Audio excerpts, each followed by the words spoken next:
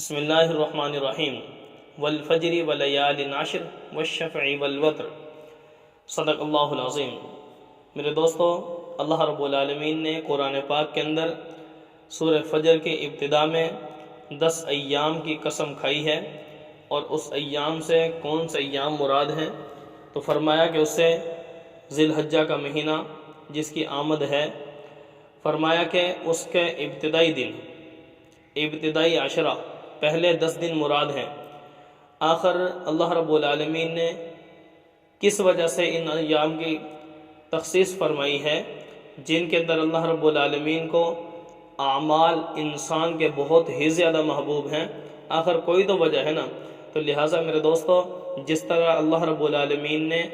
مہینوں کے اندر 4 مہینے عظمت والے مہینے ہیں، نمبر 1 ذی القعدہ، ذی الحجہ، محرم، اور اسی طرح نمبر 4 ہے رجب، یعنی جس طرح مہینوں کے اندر اللہ رب العالمین نے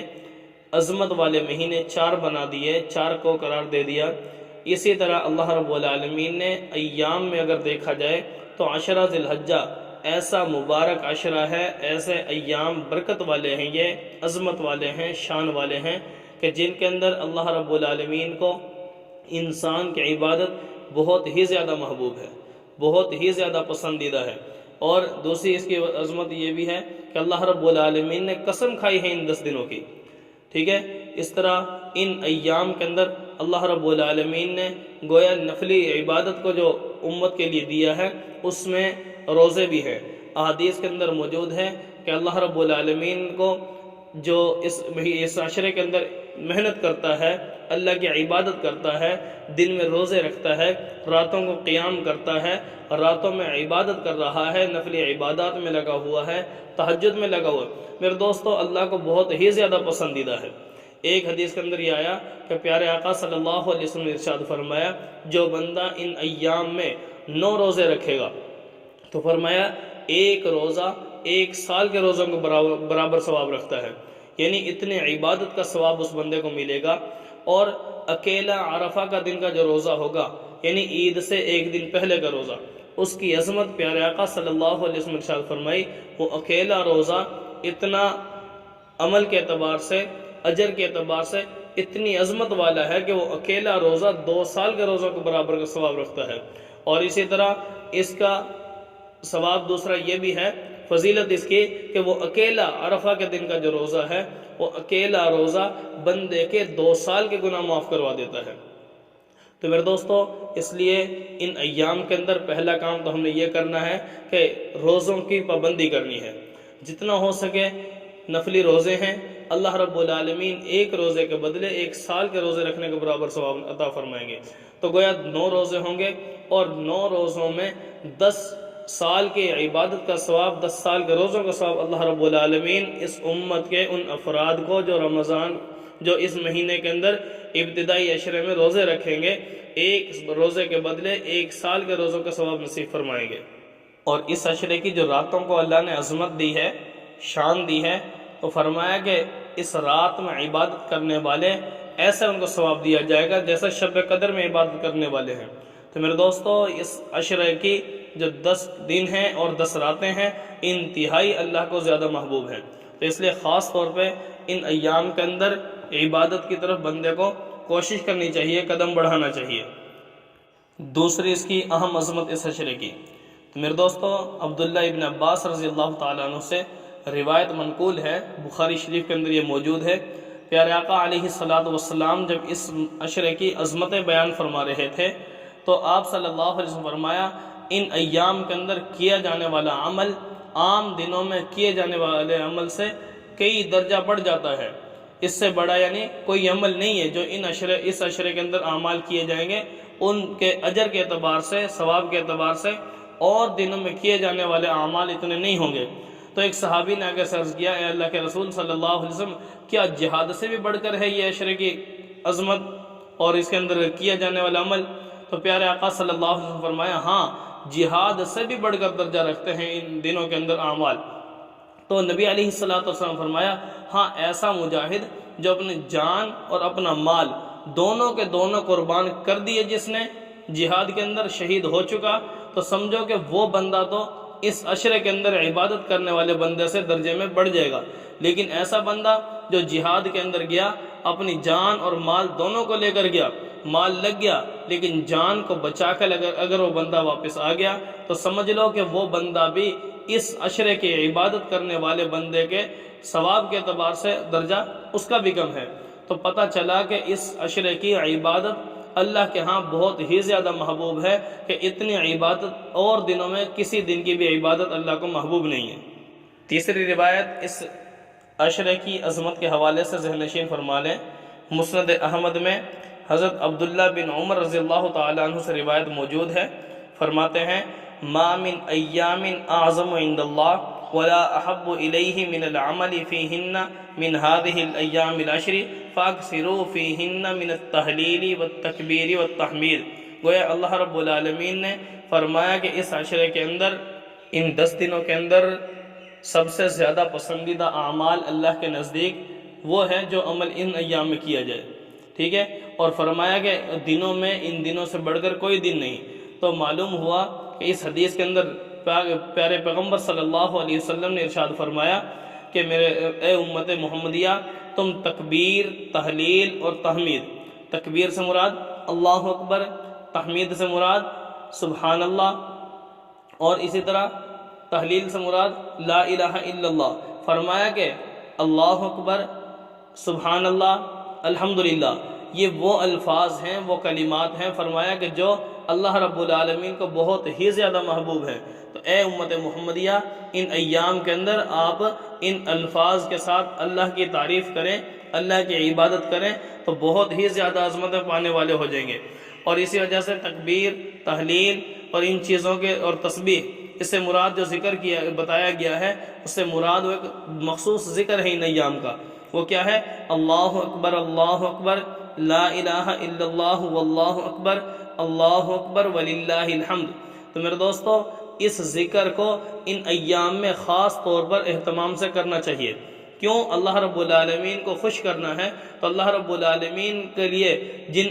جن الفاظ کے ذریعے اللہ کی شان اور عظمت زیادہ ظاہر ہوتی ہے، گویا ان ایام میں اللہ رب العالمین نے یہ وہ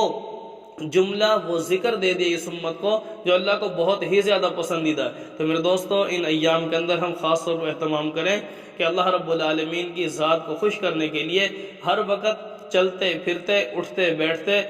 سوتے جاگتے، جب بھی زبان پر اپنا ذکر لانا ہے تو ان ایام میں خاص طور پر اس ذکر کو جاری کریں۔ اللہ اکبر، اللہ اکبر، لا الہ الا اللہ واللہ اکبر، اللہ اکبر وللہ الحمد۔ ویسے تو یہ ذکر 9 ذی الحجہ کی فجر سے لے کر 13 ذی الحجہ کی عصر کے وہاں تک، یعنی ان نمازوں میں 23 نمازیں بنتی ہیں، ہر نماز کے بعد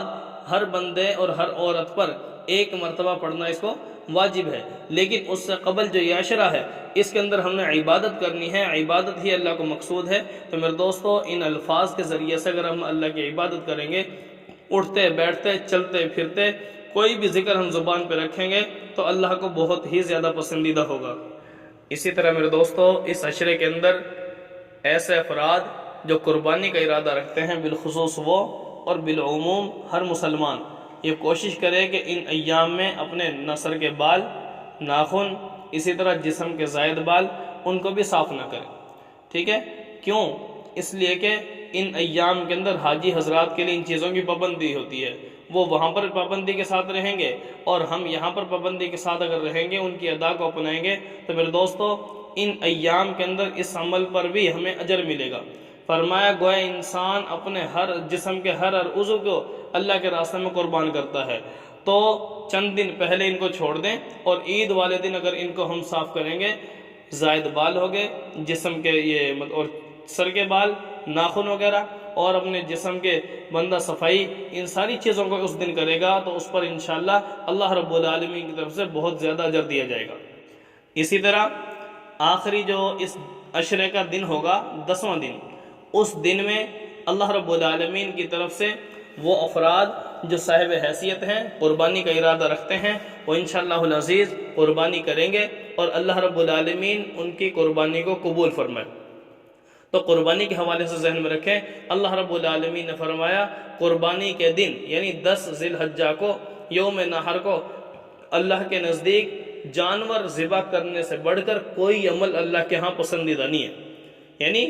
پسندیدہ تو ساری ہیں، لیکن جو سب سے زیادہ پسند، افضل، اللہ کو زیادہ خوش کرنے والا کوئی عمل ہے تو عید والے دن، بڑی عید کے دن فرمایا وہ جانور کو ذبح کرنا ہے، خون بہانا ہے۔ اللہ فرماتے کہ مجھے اس انسان کا یہ عمل بہت ہی زیادہ پسندیدہ ہے۔ یہ سنت ابراہیمی بھی ہے اور سنت محمدی بھی ہے صلی اللہ علیہ وسلم۔ تو میرے دوستوں، اس لیے قربانی کو خوب خوشی سے کریں، ٹھیک ہے، دل پر بوجھ نہ سمجھیں، اس کو اپنی محبت کا اللہ کے ساتھ، پیارے آقا صلی اللہ علیہ وسلم کے ساتھ خاص طور پر اپنی محبت کا کھلے دل سے اظہار کریں، اور اچھا سے اچھا جانور، عمدہ جانور، جتنا فرصت ہو وسعت کے مطابق بندہ کوشش کرے۔ کیوں؟ اس لیے کہ پیارے آقا صلی اللہ علیہ وسلم نے ارشاد فرمایا کہ جانور کا کھر، جانور کے بال، جانور کا چمڑا، ٹھیک ہے، سارے کے سارے جسم کے اندر جو کچھ ہے، فرمایا کل قیامت کے دن یہ جانور جس کو آپ نے قربان کیا ہے، یہ سارا کا سارا جانور ایسے ہی آئے گا اور آپ کے اعمال نامہ میں یہ وزن کو بڑھائے گا۔ گویا یہ اس کے اعضاء، اس کا جسم، اس کے بال، اس کا خون، سب کچھ تولا جائے گا اور بندے کے اعمال میں سے اضافہ ہوگا۔ تو میرے دوستو، اس لیے اچھا خاصا عمدہ جانور اپنی وسعت کے مطابق بندے کو کوشش کرنی چاہیے کہ ایسا جانور ہم اللہ رب العالمین کی بارگاہ میں پیش کریں کہ اللہ رب العالمین بھی خوش ہو جائیں اور پیارے آقا صلی اللہ علیہ وسلم بھی اسے خوش ہو جائیں۔ اور جانور کو جو کھلایا پلایا جاتا ہے نا، قربانی کی نیت سے آپ کھلا رہے ہیں، تو فرمایا، ایک حدیث کا مفہوم ہے، پیارے آقا علیہ الصلوۃ نے فرمایا اس جانور کی خدمت کرنا بھی گویا نیکی ہے۔ کیوں؟ اس لیے کہ جو کھانا آپ کھلا رہے ہیں، اس کو چارہ کھلا رہے ہیں، کچھ اور چیز کھلا رہے ہیں، تو فرمایا کہ جو بھی خرچہ آپ قربانی کے جانور پر کر رہے ہیں وہ سارا کا سارا اس میں تلے گا، ٹھیک ہے، حتیٰ کہ جانور کے یہ چھوٹا پیشاب، بڑا پیشاب، مینگنی وغیرہ، یہ گویا ساری کی ساری چیزیں ایسی ہیں کہ جن کو اللہ رب العالمین کی بارگاہ میں ایسی قبولیت حاصل ہے کہ کل قیامت کے دن جانور کو مکمل طور پر گویا اعمال نامے کے اندر رکھا جائے گا اور اس سے اس کے اعمال میں اضافہ ہو جائے گا، اعمال نامہ کو بڑھا دیا جائے گا۔ تو میرے دوستو، اس لیے خوش دلی سے انسان کو قربانی کرنی چاہیے۔ اسی وجہ سے اللہ رب العالمین نے قرآن پاک کے اندر فرمایا لَن يَنَالَ اللَّهَ لُحُومُهَا وَلَا دِمَاؤُهَا وَلَكِن يَنَالُهُ التَّقْوَى مِنكُمْ۔ اللہ رب العالمین فرماتے کہ بندو، مجھے نہ تو تمہارا خون چاہیے، نہ مجھے تمہارا گوشت چاہیے، مجھے تو صرف تمہارے دل کا ارادہ چاہیے، دل کا تقوی چاہیے کہ جو خالصتاً میری رضا کے لیے ہو۔ اگر کسی بندے کی قربانی کے اندر گوشت کی نیت بن جائے، میں تو گوشت کھاؤں گا، قربانی کی نیت میں اللہ رب العالمین کے لیے خالص نہ ہوئی، تو میرے دوستو اس قربانی کی قبولیت میں شک ہے۔ بلکہ اکثر علماء تو فرماتے ہیں ایسے انسان کی قربانی ہی قبول نہیں۔ کیوں؟ اللہ رب العالمین کو صرف دل کی نیت ہی تو چاہیے، اگر وہ نیت بھی بندہ اللہ کو نہیں دیتا تو کیا فائدہ اس کی قربانی کا؟ تو اس لیے میرے دوستو، اللہ رب العالمین سے دعا ہے پوری امت مسلمہ کو یہ جو فریضہ آ رہا ہے اس کو صحیح معنی میں خالصتاً اللہ کی رضا کے لیے اپنی طرف سے قربان کرنے کی ہمیں سب کو توفیق نصیب فرمائے۔ وآخر دعوانا ان الحمد للہ رب العالمین۔